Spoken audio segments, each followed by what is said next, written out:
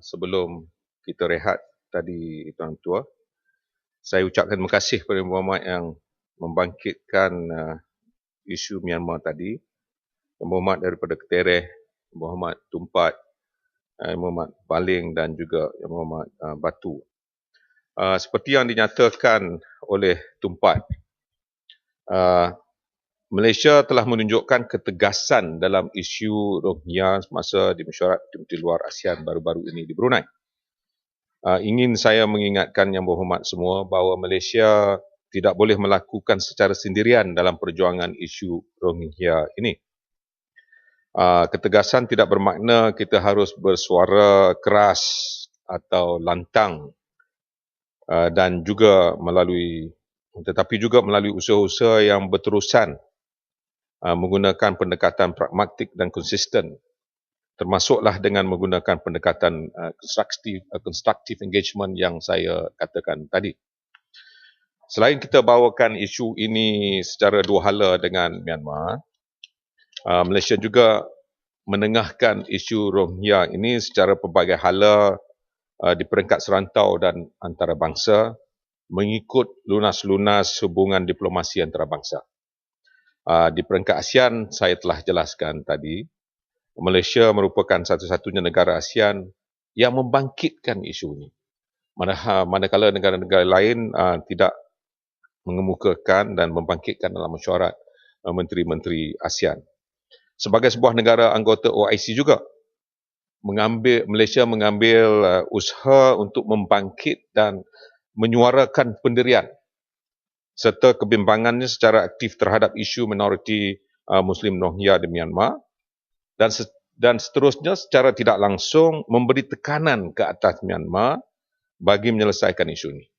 Dalam hubungan ini, Malaysia telah memainkan peranan yang konstruktif dengan merundingkan satu draft resolusi yang intipatinya antara lain mengecam dan mengutuk keganasan dan pencabulan hak asasi manusia di Myanmar, termasuklah ke atas masyarakat Rohingya. Maka tidak timbul sama ada Malaysia tidak tegas. Kita menggunakan mengikut lunas-lunas antarabangsa yang ada. Selain itu, kita juga ingin maklumkan kepada Dewan Yang Mulia ini bahawa satu kenyataan Presiden Majlis Hak Asasi Manusia PBB, di mana Malaysia selaku salah satu negara anggotanya telah diterima secara sebulat suara oleh majlis ini PBB pada 14 Jun 2013 baru-baru ini semasa sesi ke-23 MHAM PBB. Kenyataan bertajuk Human Rights Situation of Muslim in Myanmar merupakan satu mesej jelas kepada Myanmar bahawa dunia memandang berat dan serius akan perkembangan di dalam negara tersebut, khususnya pencabulan hak asasi manusia dan keganasan terhadap masyarakat Rohingya dan orang Islam di Myanmar. Manakala apa yang dibangkitkan oleh Batu, saya nak jelaskan, saya tak tahulah bagaimana Batu boleh mengaitkan isu Myanmar ini dengan isu seorang rakyat Sarawak yang berhormat Si Chihau, di mana pasportnya telah dikatakan confiscated oleh immigration di Sarawak. Ini isu yang berbeza kerana isu itu adalah isu beliau bukan pertama kali telah pun mempunyai masalah ini dengan kerajaan Sarawak. Sebelum ini pun dalam satu lagi perkembangan beliau bila balik juga ditahan. Maka isu ini saya tak mau Batu bangkitkan, kecuali nak bangkitkan isu yang telah pun dibangkitkan oleh Yang Berhormat Marang tentang isu Rohingya, etnik Rohingya, di mana Malaysia mengambil satu pendekatan yang jelas dan konsisten tentang isu ini. Tuan Ketua, Yang Berhormat Marang juga telah menyentuh mengenai isu penjenayah perang pembebasan Bangladesh 1971. Untuk makluman Dewan Yang Mulia ini, Kerajaan Bangladesh telah menubuhkan Tribunal Jenayah Antarabangsa Bangladesh pada 25 Mac 2010 dalam usaha untuk menyiasat dan membawa penjenayah perang pembebasan yang tercetus pada tahun 1971 ke muka pengadilan. Perbicaraan berkenaan telah dilakukan mengikut lunas undang-undang negara berkenaan. Dalam hal ini, kerajaan berpandangan Mohon bahawa penjelasan, Menteri. adalah tidak wajar Ya, untuk Malaysia Menteri membuat baru mula isu tekanan. tu. Ya. Siap. Pasal Tentang Myanmar. Myanmar nanti dulu. Saya nak saya Baik. tengah Ini dah beralih ke Bangladesh. dah sebenarnya. beralih kepada Bangladesh. Sebab itu sekarang kemudian kalau ada masa kita balik kepada Myanmar, ya. Okey, Jadi isu Rohingya tadi telah pun saya selesaikan. Dalam hal ini kerajaan berpandangan bahawa adalah tidak wajar untuk Malaysia membuat tekanan kepada Bangladesh yang jelas mengambil tindakan yang dirasakan perlu bagi menyelesaikan masalah dalaman negara tersebut. Ini sejajar dengan dasar luar Malaysia yang tidak mencampuri urusan dalaman sesebuah negara berdaulat. Isu sempadan maritim, Tuan Ketua, yang berhormat Putatan ada membangkitkan isu ini. Beliau menyentuh mengenai isu sempadan maritim. Seperti Dewan Yang Mulia ini sedia sebelum maklum. itu Bangladesh. Ya, Batu bangun. Isu Bangladesh. Isu Bangladesh. Ya, Saya, sila. isu Bangladesh ini juga ada berkaitan dengan apa yang disebut oleh Yang Berhormat tadi, ialah tindakan atau pendirian Bangladesh yang tidak ingin menerima pelarian. Ini menyebabkan pelarian hanya ada satu jalan saja. Mereka datang ke Malaysia. Kalau tadi Yang Berhormat juga sebut, Malaysia tengah bekerjasama dengan kerajaan Myanmar untuk hantar mereka balik. Jadi apakah pendirian keprimanusiaan kita? Sepatutnya kita harus ada cara untuk menguruskan dan juga merumahkan mereka tanpa menyebabkan masalah sosial kepada Malaysia. Kita harus faham that perkara ini tidak akan selesai. Ada ramai lagi akan datang. Kita tak boleh kata kita menghormati pendirian Bangladesh dan Bangladesh boleh hantar balik, dan kita sepatutnya mendesak supaya Bangladesh juga ambil sebahagian daripada tanggungjawab. Ya. Tuan Ketua, inilah masalah yang Parlimen Batu ni. Apa yang kita bangkitkan isu Bangladesh ini adalah isu spesifik di mana Yang Berhormat Marang membangkitkan hal tribunal yang telah pun dibuat oleh kerajaan Bangladesh terhadap pemimpin mereka ketika Saya nak kembali ketika kepada masalah isu Rohingya. timbul di antara Pakistan. Saya kata dah masuk isu Bangladesh, masuk Myanmar balik. Ni tak faham-faham. Kalau boleh, nama Yang Berhormat Batu patutnya dilembutkan sedikit supaya tak jadi batu. Ini masalahnya. Kita dah masuk isu Bangladesh sekarang ini tentang masalah itu. Tentang masalah tribunal jenayah antarabangsa Itu saya Bangladesh. menghormati pendirian. Okey. Itu saya tak ada masalah. Saya Jadi nak jangan- kembali sebab isu Rohingya tak selesai. So itu. Ya.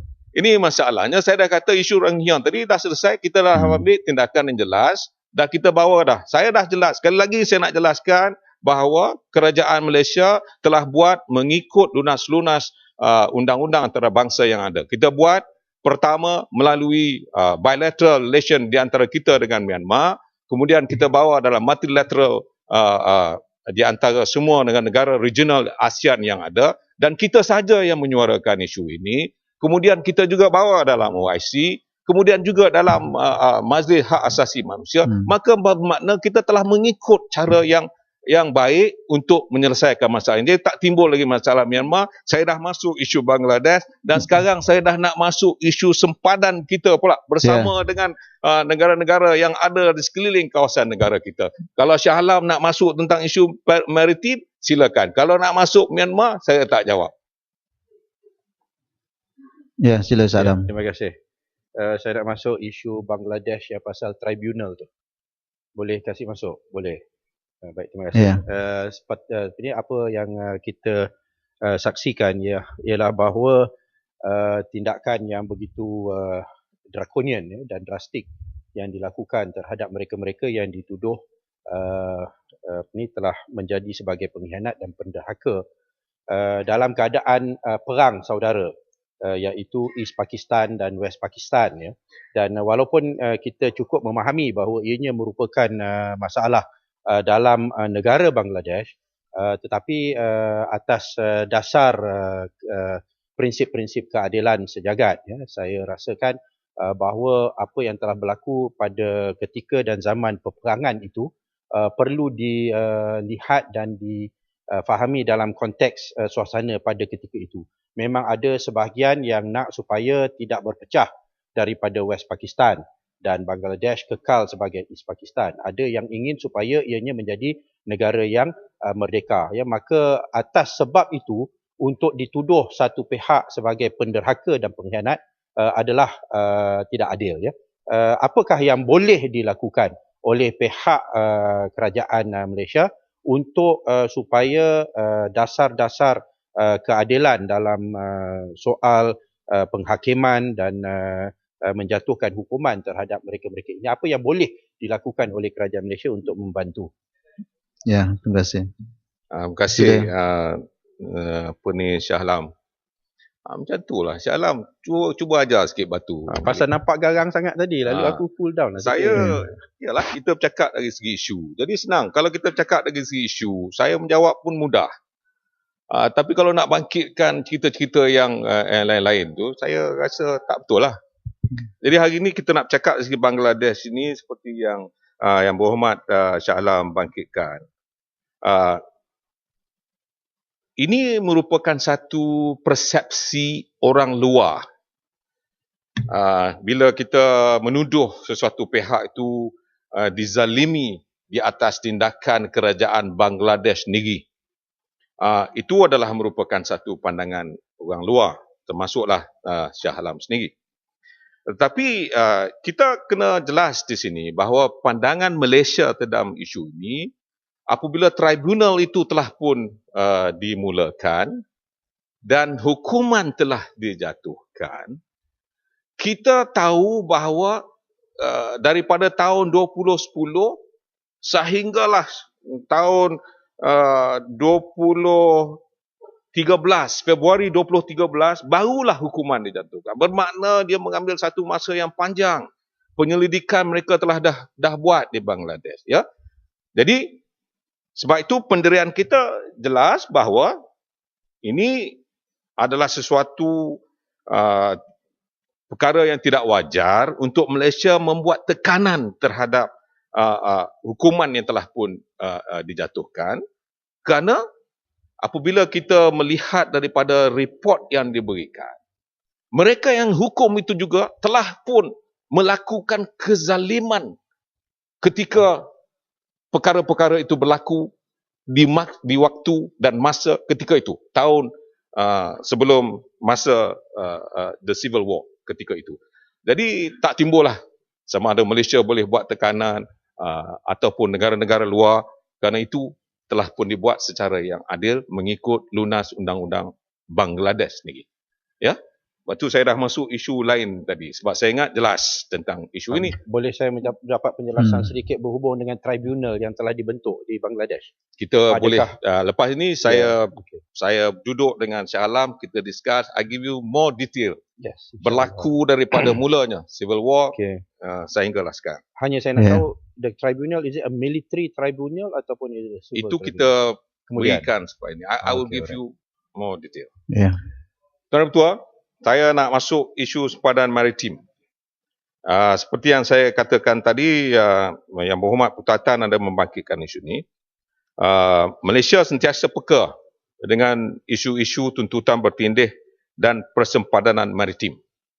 Usaha-usaha sentiasa diambil bagi menyelesaikan isu tuntutan bertindih dan menentukan sempadan maritim di antara Malaysia dan negara-negara jiran yang berkaitan, termasuklah di kawasan Laut Cina Selatan. Rundingan pembatasan sempadan maritim mengambil masa yang panjang kerana banyak faktor yang perlu dipertimbang dan diteliti pada setiap tahap perbincangan dan perundingan, meliputi aspek-aspek geografi, teknikal dan undang-undang yang kompleks demi memastikan hasil penyelesaian yang muktamad dan saksama. Sungguh pun perundingan mengambil masa yang lama. Malaysia adalah komited untuk menyelesaikan isu pembatasan sempadan secara perundingan atau perbincangan dua hala berlandaskan undang-undang antarabangsa, khususnya Konvensyen Pertubuhan Bangsa-Bangsa Bersatu mengenai Undang-Undang Laut 1982 atau dengan izin United Nations Convention on the Law of the Sea 1982 UNCLOS 1982. Untuk makluman Dewan Yang Mulia ini, UNCLOS 1982 merupakan dokumen komprehensif yang menyentuh segenap dimensi hal ehwal kelautan dan maritim, termasuklah penentuan garis pangkal atau baseline zon-zon maritim, pembatasan penentuan garis pembatasan sepadan maritim atau dengan izin delimitation, pelindungan alam sekitar marine, navigasi, kajian saintifik marine dan sebagainya.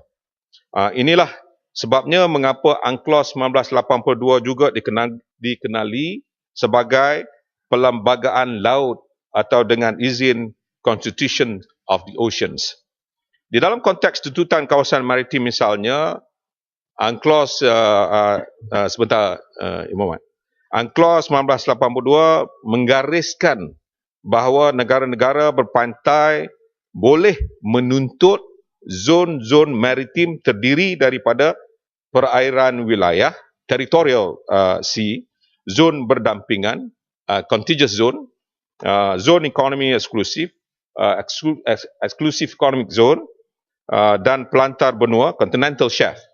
Sekiranya berlaku pertindihan di dalam tuntutan ke atas zon maritim ini, ianya hendaklah diselesaikan secara aman dahulu melalui kaedah-kaedah yang turut dinyatakan di dalam UNCLOS 1982. Ya, Putatan. Terima kasih Datuk Yang di-Pertua. Jawapan Menteri memang jelas. Jawapan Menteri yang dulu sama juga. Walaupun saya timbulkan masalah ini, kalau saya tidak lupa 2-3 kali lah. Jawapan samalah. Soalan tu agak lain sikit. Sebab ada kisah-kisah intrusi di Ladatu. Sebab itulah soal ini ditimbulkan balik Menteri Menteri. Jadi persoalan dia, Datuk Yang di-Pertua. Kita telah pun diarah ataupun disuruh, bukan diarah. Disuruh oleh Yang Amat Berhormat Perdana Menteri. Apabila satu kes ketiga pertingkahan kita dengan Indonesia, di mana NGO Indonesia ini menyentuh soal perbatasan antara Malaysia dan Indonesia, iaitu waktu Ambalat dulu. Dan kita telah pun juga, bukan juga isu itu, tapi isu-isu sosial, isu penangkapan nelayan-nelayan ataupun kapal-kapal yang dipunyai oleh negara jiran kita, yang kita tangkap. Dan kononnya kita ni dituduh menghina ataupun membuat satu tindakan yang ganas kepada rakyat Indonesia di negara kita, termasuklah pembantu-pembantu rumah. Itu semua ditimbulkan oleh NGO. Tetapi isu perundingan kita dengan G2G itu amat baik sekali. Itu memang baik. Itu kita tidak nafikan. Juga dengan baru-baru ini kita telah pun juga membuat satu perjanjian dengan Presiden Benigno Aquino soal MILF, soal klaim di Sabah ni, customary right, hak asasi dan sebagainya. Jadi isu yang kita tangani secara yang baik, secara demokratik, itu betul kita terima. Tetapi bila kita menyelesaikan isu persempadan kita ini, itu yang isu yang saya timbulkan, Datuk Menteri. Dalam peta Filipina, Sabah itu masih masuk dalam negara Filipina. Kalau tidak percaya, pergi jumpa melawat pejabat-pejabat di Filipina. Jadi kita malu. Rakyat Malaysia malu.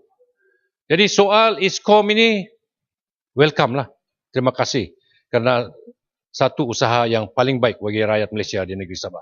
Jadi kita mau tahu berapa perbincangan, berapa engagement kita dengan Filipina dan Indonesia menyelesaikan masalah perbatasan kita.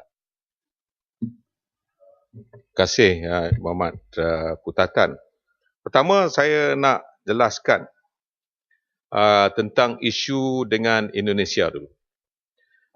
Sehingga kini sudah ada 24 mesyuarat teknikal telah kita adakan. dalam proses perundingan pembatasan sempadan dengan Indonesia ini, kita menentukan bahawa sempadan maritim di antara kedua-dua negara yang belum ada lagi garis sempadan yang dipersetujui. Banyak telah dipersetujui, masih lagi ada sedikit yang tidak dipersetujui, terutamanya di kawasan Laut Sulawesi, kawasan paling selatan di Selat Melaka dan juga di sebelah timur Selat Singapura. Perundingan ini seperti yang dikatakan oleh Yang Berhormat Tan tadi, sudah sampai di peringkat Menteri Luar kedua-dua negara, Malaysia dan Indonesia, sehingga dengan izin Joint Cooperation for Bilateral Cooperation juga telah pun kita adakan, dan juga perundingan tahunan di antara Yang Amat Berhormat Perdana Menteri kita bersama dengan Presiden Republik Indonesia.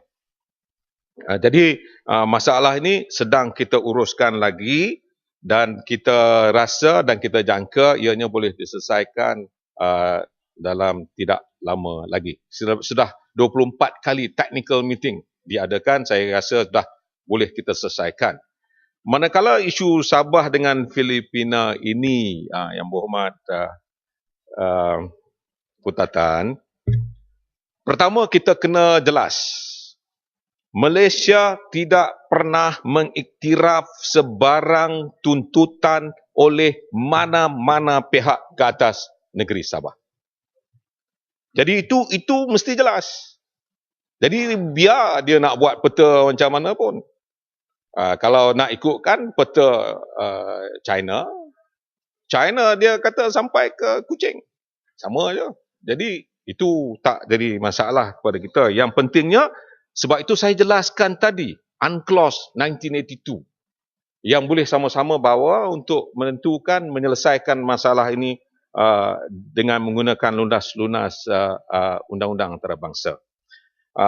Sebenarnya ciri-ciri baru Malaysia, ciri-ciri peta baru Malaysia 1979 itu, jelas kita telah katakan di situ kita ambil mengikut Convention United Kingdom dan United States di tahun 1933 yang dipanggil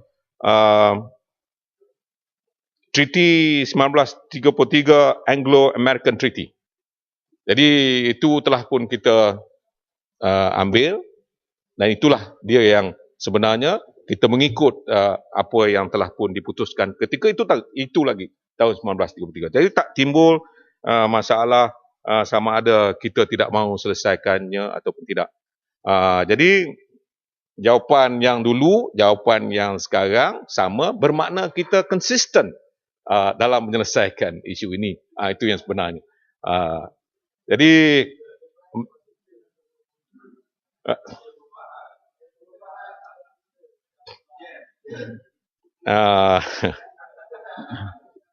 saya cakap dari segi perubahan ni, perubahan apa yang mereka mahu lagi.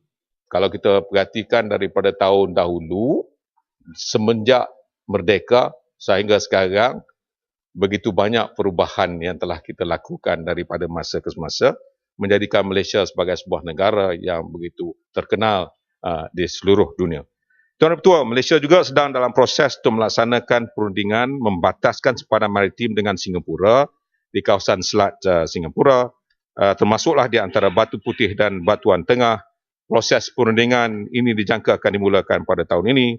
Dan selain daripada itu juga, Malaysia juga sedang membataskan sempadan maritim dengan Thailand di Teluk Siam dan juga Vietnam di kawasan Laut Cina Selatan. Saya nak masuk isu yang lain, Tuan Ketua, konsep kesederhanaan yang dibawa oleh Yang Berhormat Jelebu dalam perbahasan beliau tempoh hari.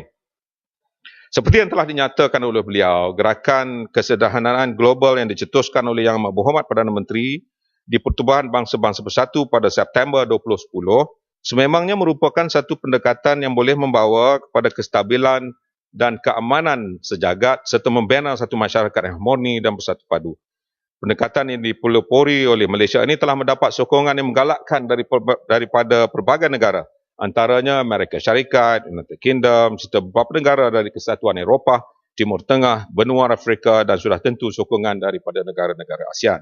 Selaras dengan ini, Kementerian Luar Negeri dengan kerjasama Yayasan Gerakan Kesederhanaan Global atau Global Movement of Moderates Foundation akan terus mengambil langkah-langkah yang sewajarnya bagi mengenengahkan lagi dan memberikan penerangan yang lebih mendalam tentang konsep dan pendekatan kesederhanaan wasatiyah di peringkat nasional, serantau dan antarabangsa.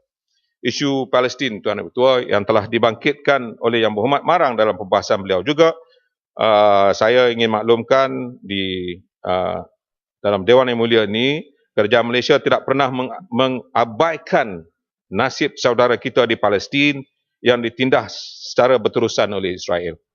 Malah kerajaan sejak dahulu lagi konsisten dengan dasar luarnya terhadap isu ini.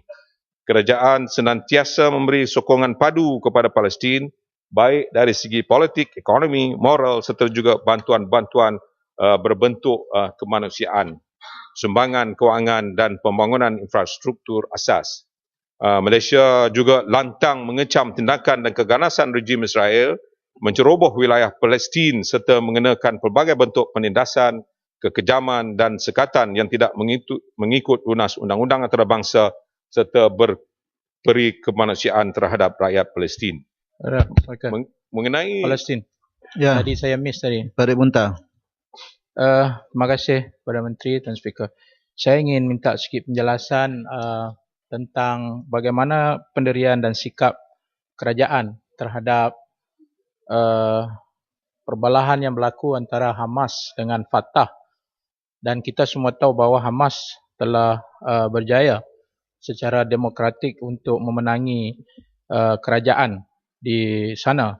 Cuma masih ada lagi timbul dari segi sikap kerajaan kita dari sudut perhubungan, komunikasi. Sama ada kita masih berinteraksi dengan Fatah ataukah kita berinteraksi dengan Hamas, kerana berlaku kadang-kadang kita hadir di peringkat internasional pun yang mewakili Palestin itu adalah daripada Fatah, sedangkan yang memerintah di Palestin itu adalah Hamas. Saya minta dan mohon penjelasan sikap kerajaan Malaysia terhadap kekeliruan ini. Terima kasih Yang Berhormat Parit Bunta. Tentang isu ini saya nak jelaskan bahawa Malaysia secara terbuka dan lantang memang memperjuangkan hak asasi rakyat Palestin serta memberi sokongan padu pada pihak berkuasa kebangsaan Palestin. Ya, maknanya Palestinian National Authority, PNA, yang diiktiraf oleh masyarakat antarabangsa sebagai mewakili seluruh rakyat Palestin. Ini kena jelas. Jadi dalam isu yang dibangkitkan oleh Yang Berhormat Parit Bunta, terbukti bahawa Pejabat Pertubuhan Pembebasan Palestin atau Palestine Liberation Organisation dengan izin telah ditubuhkan di Malaysia sejak tahun 1969 lagi dan telah dinaikkan tarafnya ke Kedutaan Besar Palestin pada tahun 1983.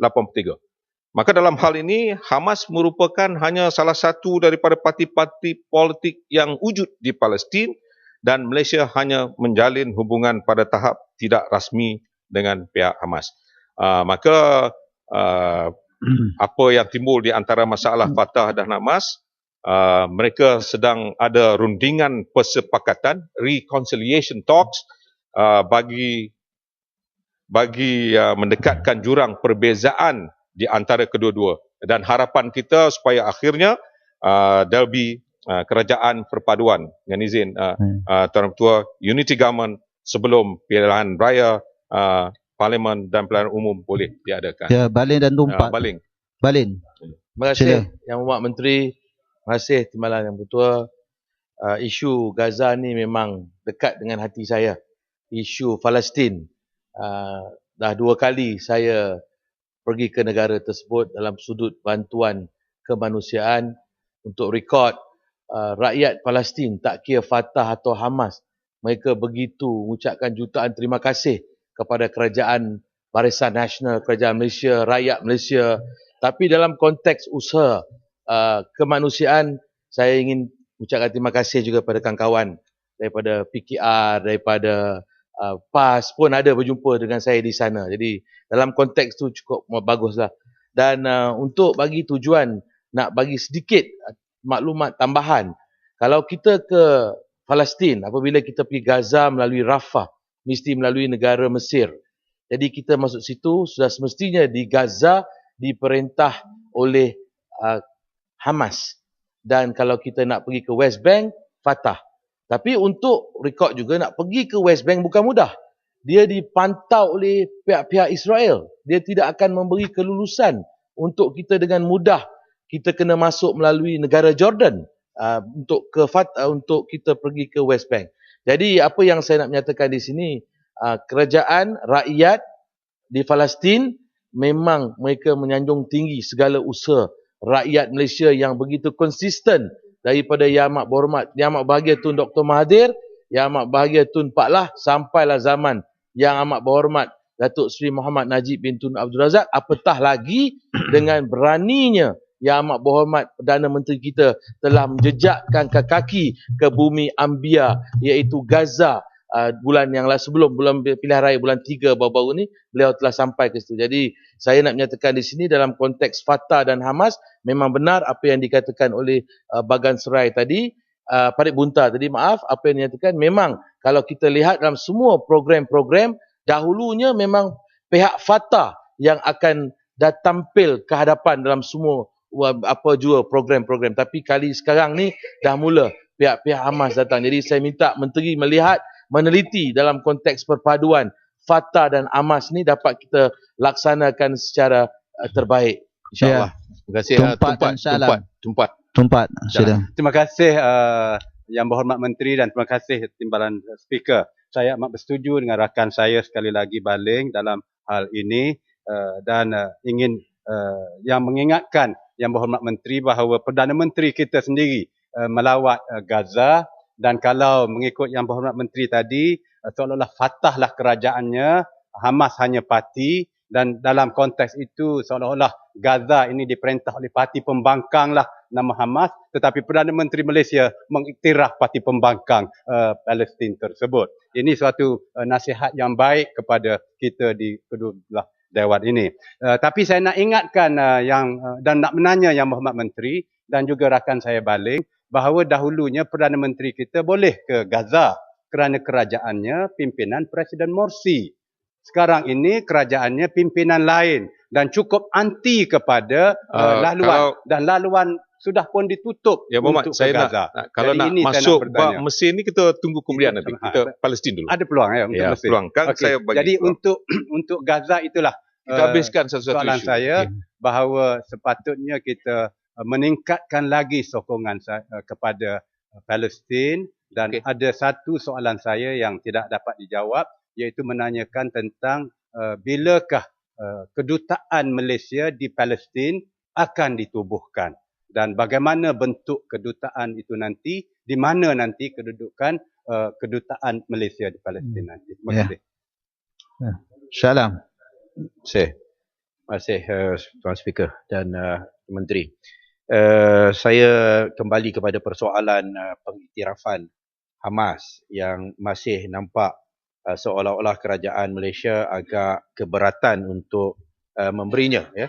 Dan apabila disebut tentang kemungkinan adanya nak diwujudkan unity government di antara Fatah dan Hamas dan sebagainya, saya berpandangan untuk usaha ini berjalan dengan lebih lancar, tidakkah lebih baik bagi kerajaan Malaysia mengiktiraf juga Hamas dan dengan itu mengenakan tekanan kepada Fatah untuk menerima hakikat bahawa dunia sudah mula melihat kepada Hamas sebagai salah satu suara yang sah untuk mewakili rakyat Palestin.